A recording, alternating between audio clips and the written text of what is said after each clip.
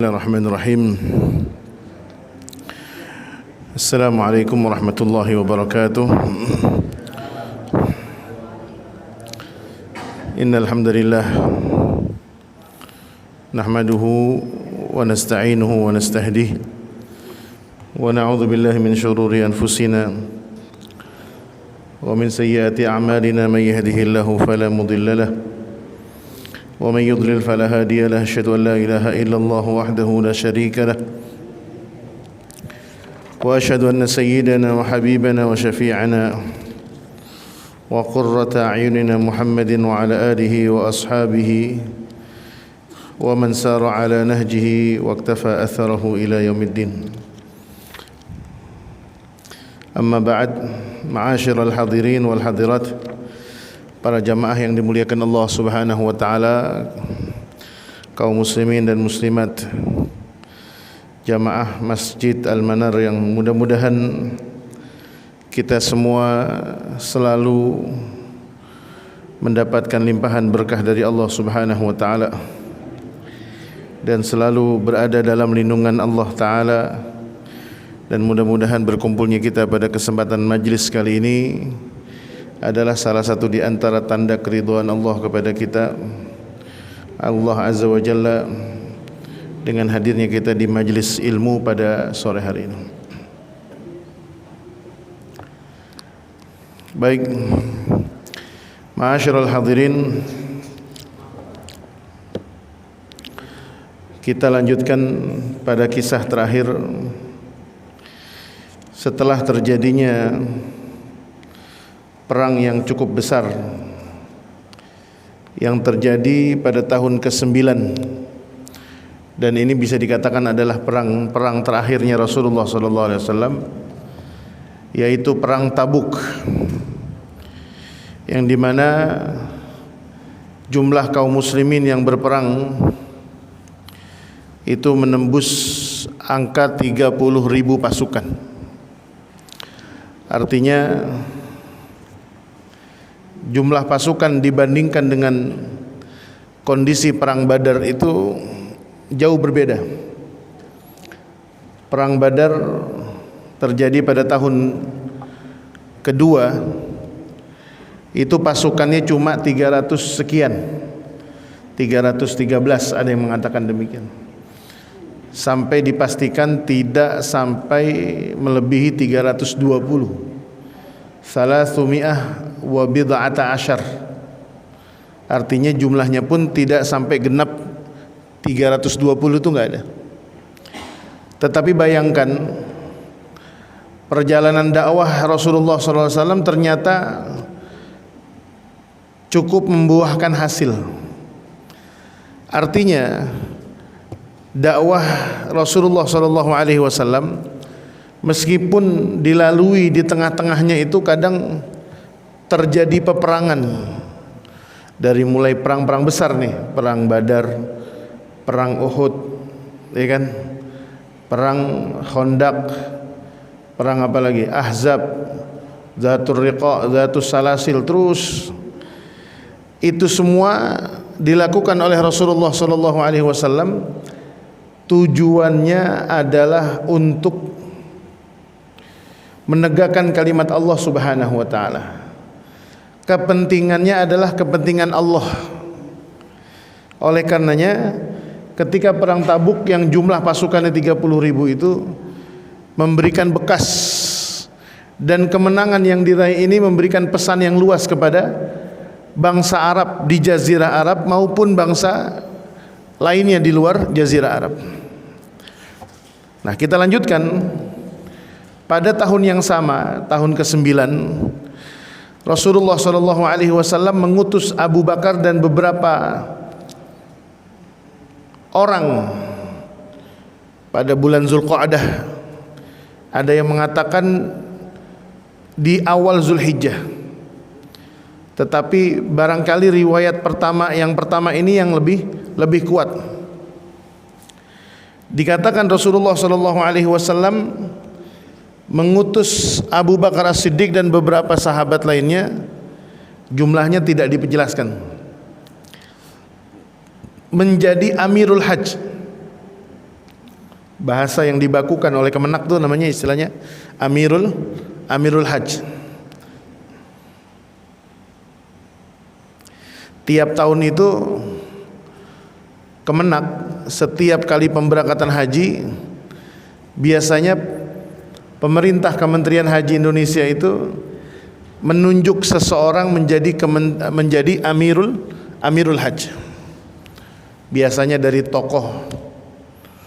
Pernah diminta kepada contohnya ketua MUI pusat atau ketua organisasi seperti Nahdlatul Ulama atau Muhammadiyah atau yang lainnya.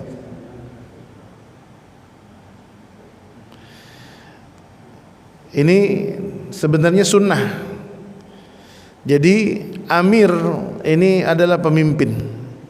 Bahkan dalam secara umumnya konteks fikihnya itu, kalau kita bepergian lebih daripada satu orang, contohnya berdua atau lebih, itu kata Rasulullah SAW, falyu'ammir ahadukuma, maka sebaiknya di antara dua orang itu ada yang ditunjuk siapakah yang menjadi amirnya.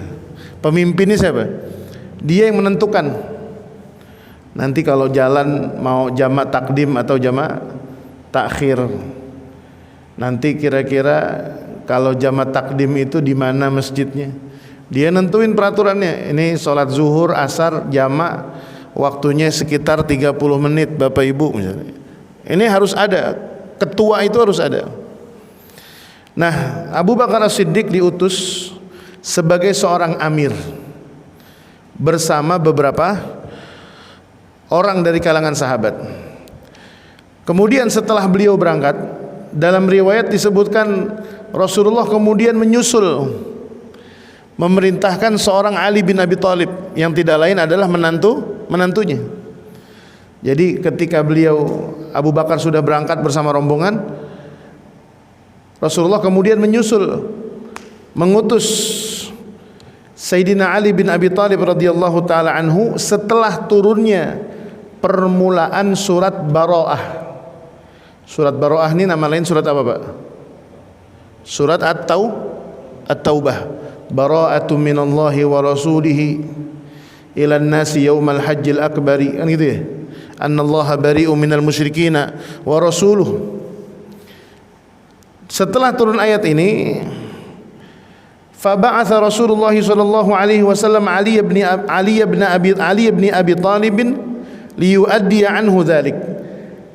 Ketika perintah surat Al-Bara'ah mengatakan bahwasanya perjanjian antara kaum muslimin dan orang-orang musyrik itu dibatalkan, maka Rasulullah sebagaimana kebiasaan bangsa Arab, dan ini diperbolehkan, seorang pemimpin tertinggi itu dibolehkan mengutus seseorang sebagai perwakilan, dan diutuslah Sayyidina Ali bin Abi Thalib. Dan ketika Sayyidina Ali bin Abi Thalib, dalam riwayat ini jaraknya enggak terlalu jauh. Ada yang menyebutkan beberapa saat, artinya enggak sampai 1 hari. Abu Bakar berangkat mungkin baru 10 jam, 5 jam gitu, disusul. Ada riwayat yang mengatakan 1 hari. Abu Bakar udah berangkat nih kemarin, hari ini Sayyidina Ali dikirim. Dan karena Sayyidina Ali menggunakan kuda mengejar rombongan yang sudah berangkat untuk menunaikan ibadah haji, dan itu pun hajinya Rasulullah nggak ikut karena Rasulullah di Madinah. Sayyidina Ali bin Abi Thalib alhamdulillah bisa ngejar nih pasukannya Abu Bakar, bukan pasukan, apa namanya, rombongannya Abu Bakar masih di jalan. Sayyidina Ali sudah ketemu dengan pasukannya siapa? Abu Bakar As-Siddiq. Dan ketika Sayyidina Ali bertemu dengan Abu Bakar, yang membawa wasiat dari Rasulullah itu, jadi yang membawa wasiat siapa? Ali bin Abi Thalib, yang membawa wasiat nih tentang perintah surat Bara'ah tadi, surat At-Taubah. Ketika Sayyidina Ali pertama kali bertemu dengan Abu Bakar di perjalanan, pertanyaan yang cukup bijaksana keluar dari sosok Abu Bakar As-Siddiq. Beliau dengan singkat mengatakan, "Ya Ali, amiran au ma'muran?" Nih Pak, pemimpin yang paling top di sini. Top nih pemimpin. Seorang Abu Bakar As-Siddiq mengajarkan kepada kita, ketika datang seseorang dari sisi Rasulullah sallallahu alaihi wasallam yang kala itu adalah seorang pemimpin tertinggi, dengan begitu beradabnya, padahal kalau dari usia tuan siapa? Abu Bakar apa Ali? Abu Bakar. Dan Ali juga tahu radhiyallahu anhu kalau Abu Bakar ini cukup dekat dengan mertuanya. Tetapi adabnya Abu Bakar As-Siddiq radhiyallahu anhu, ketika datangnya Ali bin Abi Thalib radhiyallahu anhu, ditanya, "Ya Ali, amiran au ma'muran?" Anda datang ini diutus sebagai seorang pengganti saya, sebagai seorang ketua rombongan, atau Anda mau ikut rombongan saya? Diperintahnya bagaimana? Saking beradabnya.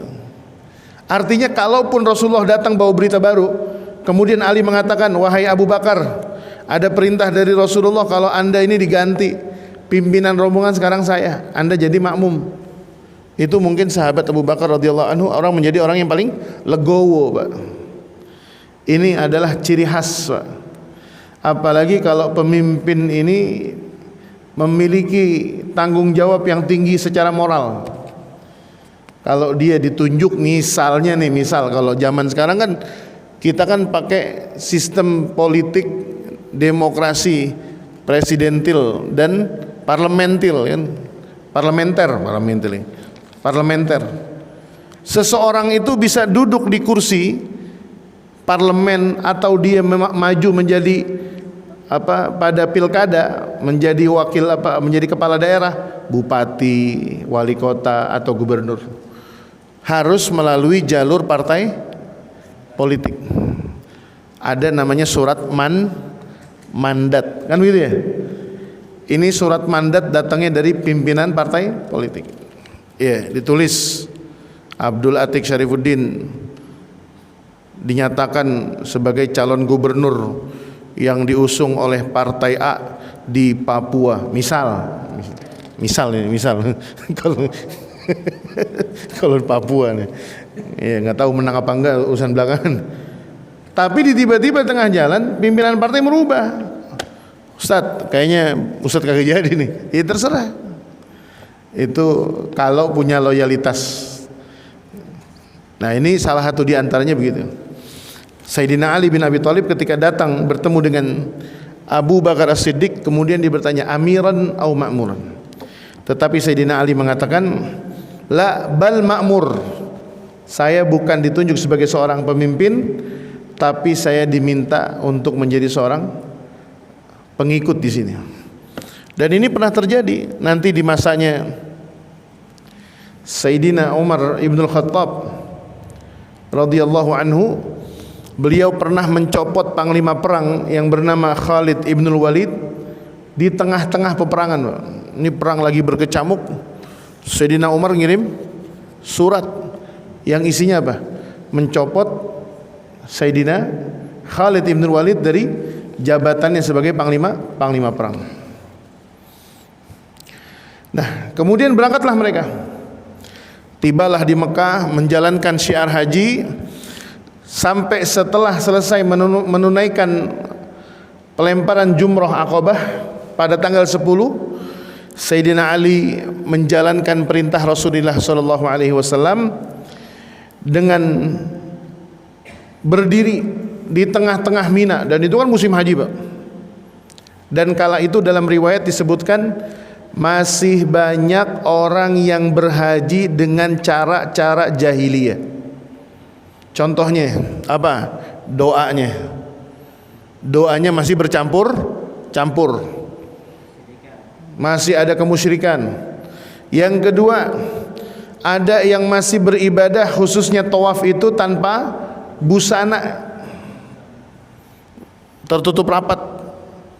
Nah, inilah maksud dari diutusnya Sayyidina Ali bin Abi Thalib. Ketika berada di Mina, qama Ali bin Abi Thalib indal jumrah. Bisa dibaca dengan indal jamrah. Fa adzina fin nasi billadzi amarahu Rasulullah sallallahu alaihi wasallam. Sayyidina Ali berdiri di tengah-tengah keramaian dan kemudian menyampaikan wasiat Rasulullah sallallahu alaihi wasallam, wa nabadha ila kulli dhi ahdin ahdahu. Salah satu yang disampaikan oleh Ali bin Abi Thalib adalah bahwasanya perjanjian yang pernah ditandatangani antara Rasulullah dengan orang-orang kafir Quraisy pada perjanjian masih ingat kan nih? Perjanjian Hudaybiyah dinyatakan sudah selesai. Perjanjian itu sudah tidak lagi berlaku. Dan Sayyidina Ali mengatakan kami akan memberikan waktu. Ini kan prosesnya setelah perang ini Pak nih. Penaklukan kota Mekah. Haji Wada belum nih, tenang dulu. Haji Wada ntar. Ini prosesnya kalau Bapak ingat-ingat, sebelum perang Tabuk ada perang apa? Ada perang Hunain. Sebelum perang Hunain ada penaklukan kota Mekah. Artinya apa? Mekah sudah jatuh di tangan kaum muslimin. Dari peristiwa haji ini Sayyidina Ali menyatakan sesuai dengan pesan Rasulullah bahwasanya mereka penduduk Mekah yang belum membersihkan dirinya daripada hal-hal yang berbau kemusyrikan diberikan waktu, wa ajjalalahum arba'ata asyhur, diberikan kesempatan 4 bulan. Kalau bahasa kita ini masa-masa transisi. Wa kadzalika ajjala arba'ata asyhurin liman lam yakun lahu ahd, ditambah lagi 4 bulan bagi mereka yang tidak terlibat dalam perjanjian tersebut. Wa ammal ladzina lam yanquzu al-muslimina syai'an wa lam yudhahiru 'alaihim ahadan fa abqa ahdahum ila muddatihim. Sementara mereka yang tidak punya masalah dan urusan dengan kaum muslimin, mereka akan dianggap aman dan tidak ada masalah.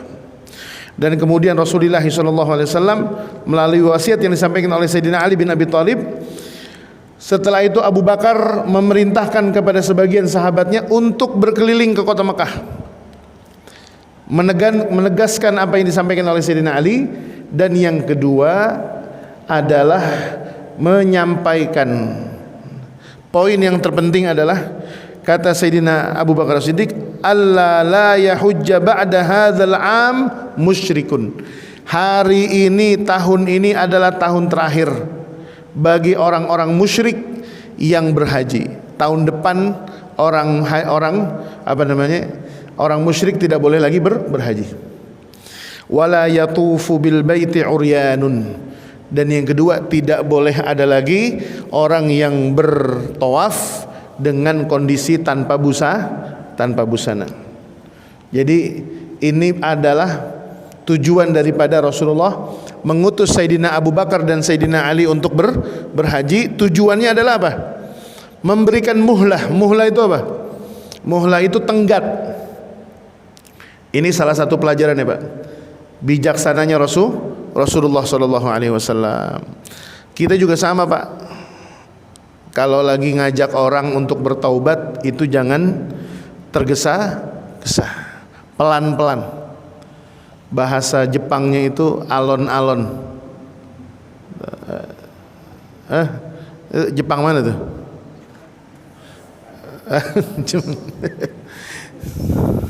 Jajaran Sleman. Harus pelan, bertahap. Dulu Allah Subhanahu wa taala, ini bukan suatu hal yang aneh sebenarnya dalam Islam. Ini bukan di Mekah nih Pak, kejadiannya di Madinah. Ketika dulu orang-orang Madinah itu, bahkan sejak di Mekah itu belum ada larangan minum khamr. Jadi jangan dikira khamr itu dilarang di Mekah, bukan. Mekah itu di Madinah itu tahun keberapa itu? Baru ada proses pelarangan minum khamr, dilarang mabuk-mabukan. Itu pun terjadinya setelah beberapa tahun Rasulullah tinggal di Madinah. Yang dikatakan oleh para ahli tafsir ada 3 tahapan. Tahapan yang pertama adalah sindiran. Allah menyebutkan bahwasanya mabuk itu lebih banyak madorotnya daripada manfaatnya, lebih banyak keburukannya daripada kebaikannya. Yang kedua, kemudian baru dijelaskan tuh, innamal khamru wal maisiru wal azlamu rijsum min amali syaitan fajtanibuh. Nah, ini baru nih. Kata Al-Quran, tinggalkanlah. Baru nanti ayat yang terakhir ada lagi ayat yang menyatakan keharamannya khamr, mabuk-mabukan adalah ketika Allah tutup dengan ayat yang berbunyi fahal antum muntahun.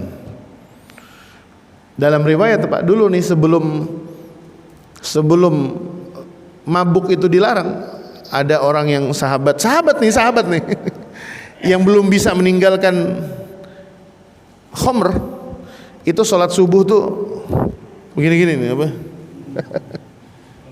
melayang itu. Yang mabuk gimana sih?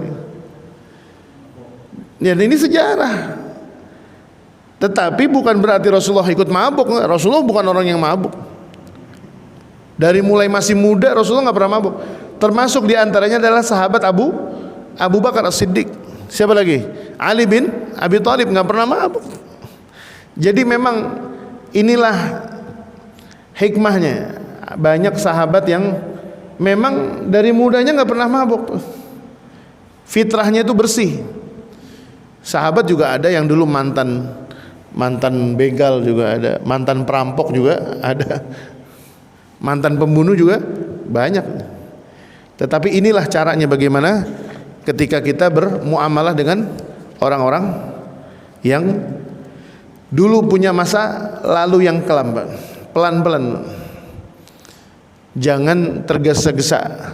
Sebagaimana kadang kita kalau ngelap kaca yang kotor, kalau kotorannya ringan biasanya jangankan pakai lap, pakai kemoceng aja udah bersih.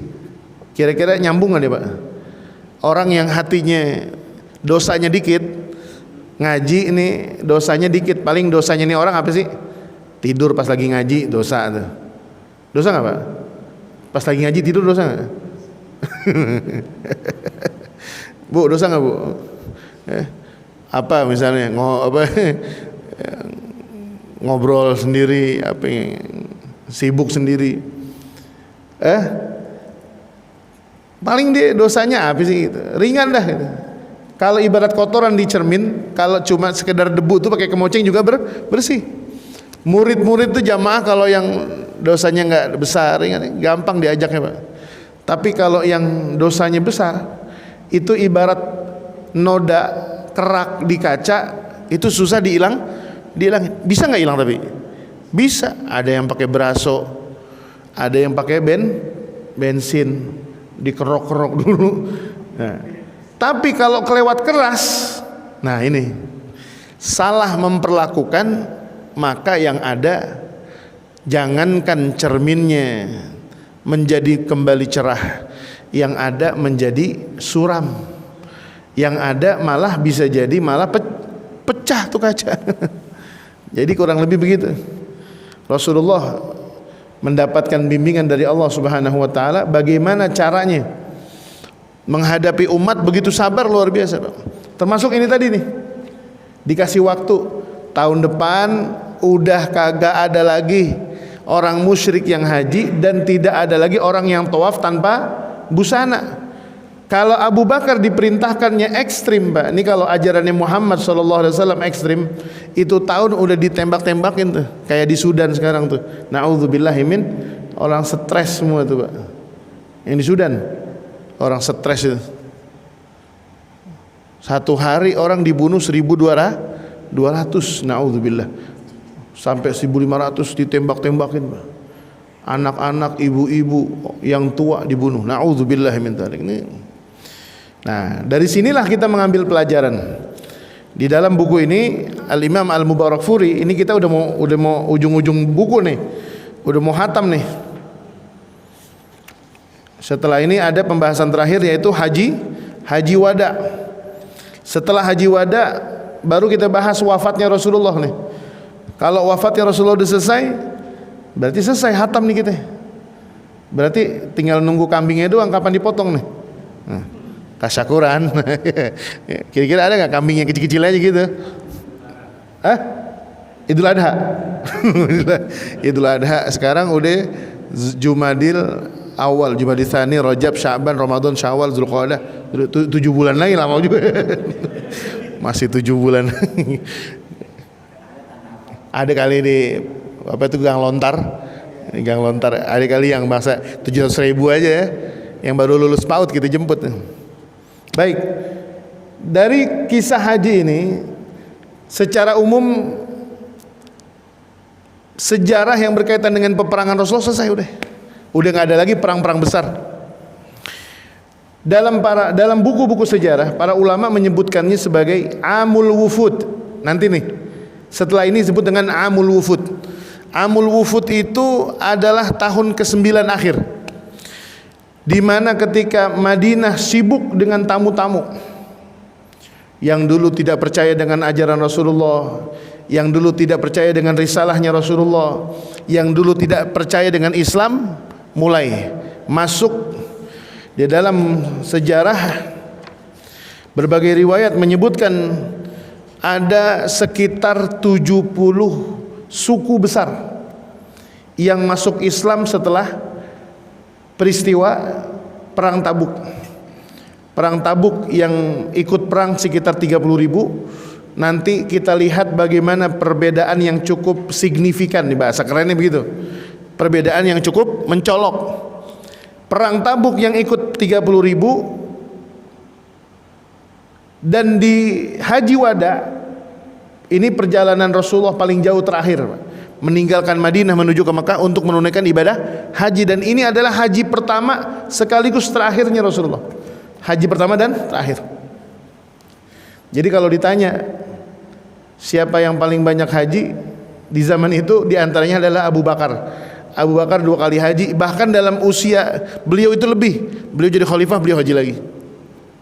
Sementara Rasulullah cuma 1 kali.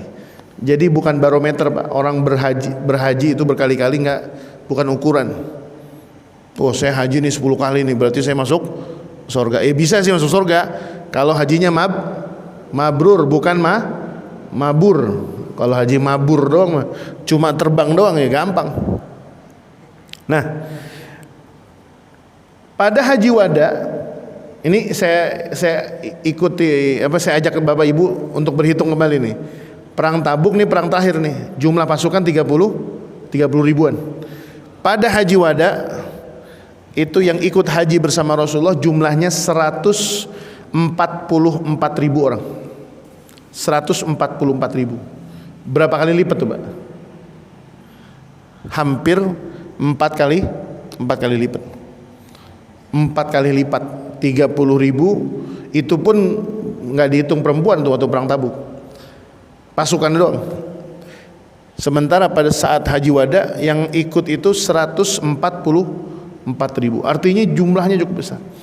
Antara terjadinya perang Tabuk dengan Haji Wada yang disebut dengan Amul Wufud, tahunnya delegasi atau tahunnya tamu, ini memang benar. Madinah sibuk, Pak. Kalau disebutkan tadi 70 rombongan, ini bukan 70 rombongan 70 orang doang, Pak. Satu suku datang, beramai-ramai datang kepada Rasulullah dengan menyatakan asyhadu alla ilaha illallah wa asyhadu anna Muhammadan Rasulullah. Berdakwah kembali ke kampungnya, bawa orang lagi. Ya Rasulullah, nih sisa nih, ada 200 lagi masuk Islam lagi. Madinah mulai sibuk. Sahabat mulai banyak yang diutus.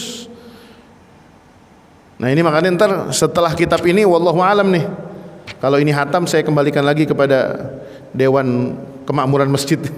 Kira-kira saya kontraknya diperpanjang apa kagak? Apa kita bahas lagi dari Rasulullah pertama? Tapi kalau berkesinambungan lanjut kepada kisahnya Abu Bakar, Khalifah Abu Bakar. Karena setelah ini Rasulullah SAW ketika Haji Wada itu 144.000, Pak, dengan kondisi para sahabat itu sudah ada yang disebar ke berbagai negeri. Ini datang nih satu suku, jumlahnya banyak nih. Satu suku ada 1.000 orang. Kata Rasulullah, nih berangkat 2 orang, bawa, ajarkan mereka urusan agama. Ada yang pergi ke Yaman, Mu'adz bin Jabal, Hudzaifah ibnul Yaman, siapa lagi? Abdullah ibnu Mas'ud, kirim semuanya. Ada yang pergi sampai negeri Cina, Pak. Siapa tuh? Sa'ad bin Abi Waqqas dikirim. Masya Allah, ini sahabat udah mulai nih. Dan disinilah buah hasil dakwah Rasulullah SAW sudah mulai terasa. Yang dulu bersama Rasulullah SAW, para sahabat sudah menguasai tentang Al-Quran, mengerti tentang agama, tentang syariat dan lain sebagainya. Mereka memahami tentang hukum Islam. Inilah salah satu faktor diantaranya. Ketika umat Islam dinilai sebagai umat yang anarkis, dari sejarah yang isinya perang mulu, padahal enggak juga Pak. Rasulullah 11 tahun itu perang korbannya sedikit, yang mati dari kelompok musuh juga enggak banyak, yang mati dari sisi kita juga enggak banyak. Karena tujuan Rasulullah berperang itu dikatakan oleh para ulama ada 3 alasan besar. Yang pertama adalah menjalankan perintah Allah ketika mereka orang-orang yang menindas, ingat nih, bukan ditindas. Rasulullah itu dikatakan dalam Al-Quran, udzina lilladzina yuqataluna bi annahum zulimu. Rasulullah itu ketika perang Badar itu dibolehkan untuk berperang, bahkan perang Uhud, dikarenakan mereka itu ditindas. Seperti yang kita bahas pada perang Badar, orang Islam udah nggak punya apa-apa, yang berhijrah, golongan muhajirin, ya kan, yang berhijrah dari Mekah ke Madinah, nggak bawa harta, tanahnya di Mekah dirampas, duit kagak punya, kadang bawa kendaraan doang, nggak ada apa-apa, selesai. Ketika perang Badar mereka cuma pengen minta dikembalikan harta yang mereka punya. Ini kan proporsional sebenarnya Pak. Tidak minta apa-apa.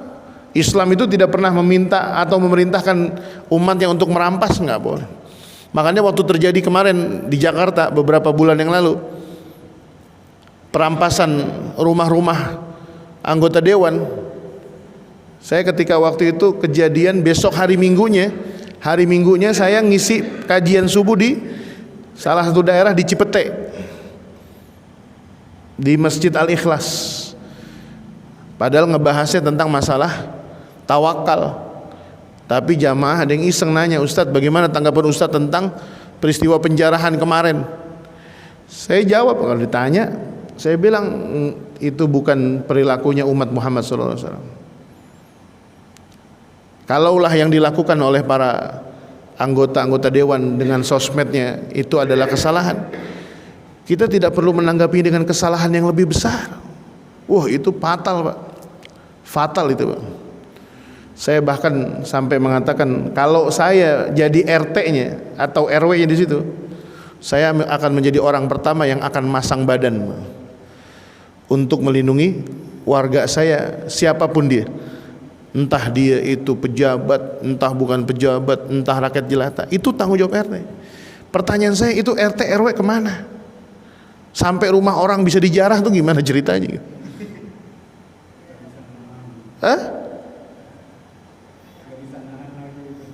Saya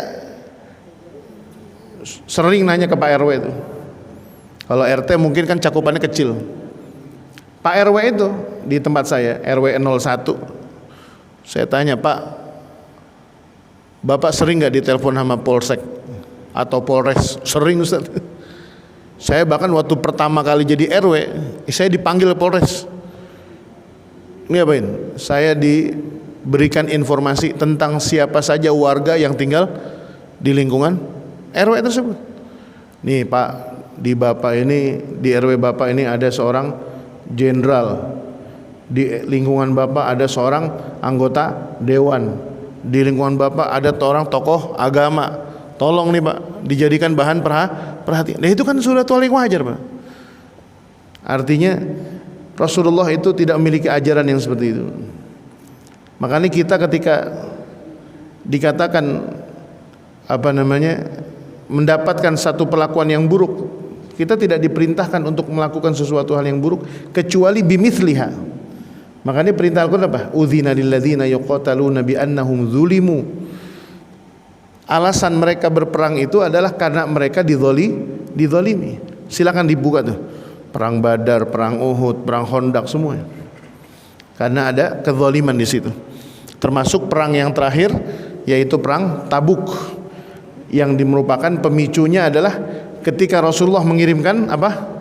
Surat kepada siapa? Kepada salah satu penguasa Busra yang merupakan koalisinya daripada Bizantium. Suratnya Rasulullah disobek-sobek. Artinya apa? Padahal Rasulullah mengajak berdamai. Kalaulah mereka tidak mau masuk Islam, mereka ditawarkan menjadi koalisi, selesai. Tapi malah enggak, malah ngajak perang baru. Itu pun diladeninnya setelah sekian tahun, ketika mereka tetap melakukan aksi provokasi.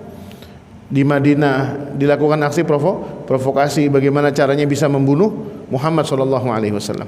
Nah, yang kedua, ketika Rasulullah SAW melakukan peperangan, tujuan utamanya adalah maslahat. Kenapa, Pak? Kalau dilihat dari tata cara perangnya Rasulullah nggak pernah melakukan serangan di malam hari, nggak boleh. Aksi spionase ada. Apa spionase? Mata-mata, memata-matai musuh ada.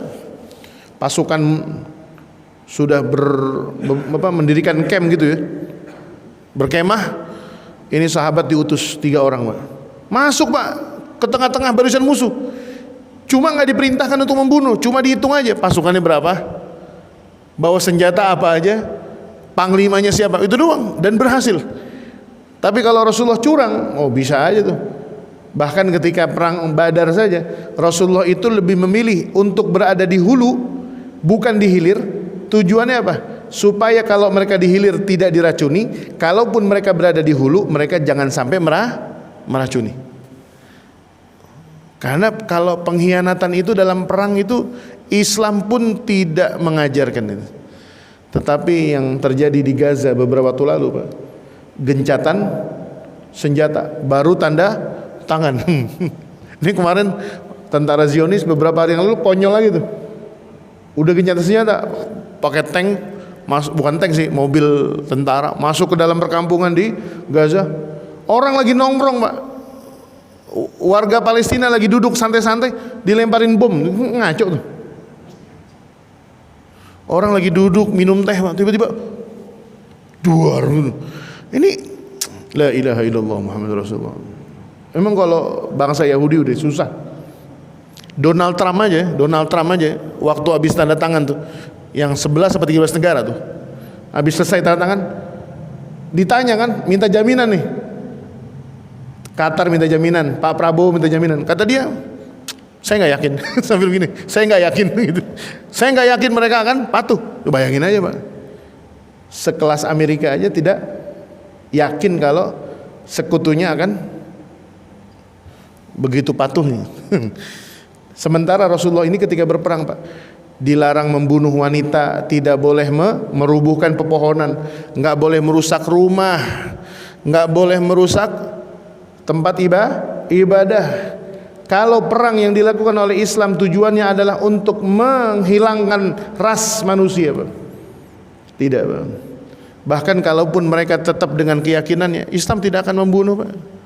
Silakan aja, tetapi jangan mengganggu umat Islam. Ini soal bagaimana cara mengatur kehidupan agar berada di bawah keadilan. Saya tadi pagi itu hadir dalam satu forum, Pak, kajian fikih kontemporer, tapi sifatnya kayak workshop gitu, kayak diskusi. Menanggapi ini antara hukum positif dengan fikih, Pak. Tadi yang disinggung cukup menarik tuh tadi pagi, acaranya di daerah Jakarta Pusat. Saya tadi hadir. Unik nih, Bapak dengar gak kemarin berita ada anak muda mati dikeroyok di masjid? Dapat di Medan, Sibolga. Ada anak muda umur 21 atau 24 tahun, yatim, mahasiswa, nggak punya duit, nggak punya tempat tinggal, tidurnya sehari-hari numpang di masjid. Siang-siang tiba-tiba dituduh nyuri kotak amal dan tidak ada buktinya. Digebugin sama 4 orang di teras masjid sampai mati. Itu gimana ceritanya tuh? Nah, tadi jadi pembahasan nih, Bang. Kenapa sih kejadian serupa di masyarakat itu sering terulang, Pak. Tadi saya termasuk yang memberikan komentar, karena saya pandang hukum di kita ini di Indonesia tidak memberikan efek jera, Pak. Saya sering ceritakan ini, dan saya yakin betul saya pernah menceritakan ini, Pak. Ketika dulu di Arab Saudi, saya pernah diperintahkan oleh guru saya dalam mata kuliah itu untuk meneliti sebuah kasus pembunuhan, Pak. Singkat cerita nih, karena sudah mau Isya dan pertemuan yang akan datang kita bahas tentang masalah amul wufud. Kasus yang saya teliti ini unik. Ada pembunuhan yang dilakukan oleh salah seorang warga dari Afrika terhadap seorang wanita, mohon maaf, janda kaya raya, dan satu supir serta istrinya supir. 3 orang mati, Pak. Tapi pada saat olah TKP ternyata pelakunya ini melakukan begini runtutannya: dibunuh, setelah dibunuh kemudian jenazahnya diperkosa, setelah diperkosa baru dia merampok, dan baru setelah merampok dibakar rumahnya. Ini ternyata efeknya berat, Pak. Saya tidak jelaskan secara rinci, dan tapi saya ingat tuh perkataan hakim. Kalau kata hakimnya begini, seumpama kalau dia memperkosa baru kemudian dibunuh, itu mungkin akan berbeda putusan hakimnya. Tapi ala kulli hal, akhirnya setelah beberapa bulan ini orang dipancung, Pak. Pelakunya seorang tunggal dipancung, dan kemudian tangan kanannya dipotong, kaki kirinya dipotong, dan kemudian dipajang di alun-alun selama 1 jam saja. 1 jam, Pak. Itu memang dengarnya nggak nyaman kita, nggak enak. Tapi apa, Pak, efeknya, Pak? Selama beberapa tahun setelah itu kota Riyadh tidak pernah terdengar berita kriminal, Pak. Nggak ada. Ini Riyadh, Pak, bukan Mekah, ibu kota metropolitan. Itu tidak terdengar berita tentang kriminalitas. Artinya apa? Tadi nih, efek yang diberikan oleh Islam itu bukan untuk kepentingan apapun, tapi maslahat umum secara luas. Wallahu a'lam bishawab. Insyaallah kita akan lanjutkan di pertemuan yang akan datang. Wa sallallahu ala nabiyyina Muhammadin wa ala alihi wa sahbihi wasallim. Walhamdulillahirabbil alamin. Kurang lebih mohon maaf. Assalamualaikum warahmatullahi wabarakatuh.